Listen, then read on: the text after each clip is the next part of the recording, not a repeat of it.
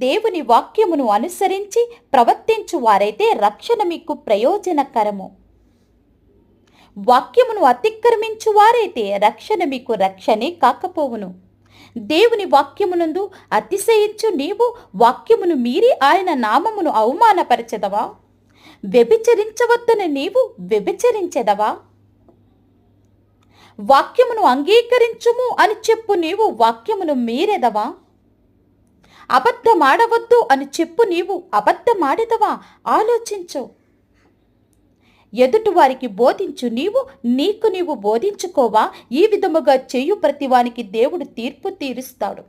ఇలాంటి వారి వలనే దేవుని నామం దూషించబడుతుంది. మనము అన్యజనుల మధ్య ఉన్నామని గుర్తించుకుని ఏదైతే బోధిస్తున్నావో ఆ విధముగానే ప్రవర్తించు. యేసు ప్రభువారు ఏదైతే బోధించారో ఆ విధంగానే జీవించారు.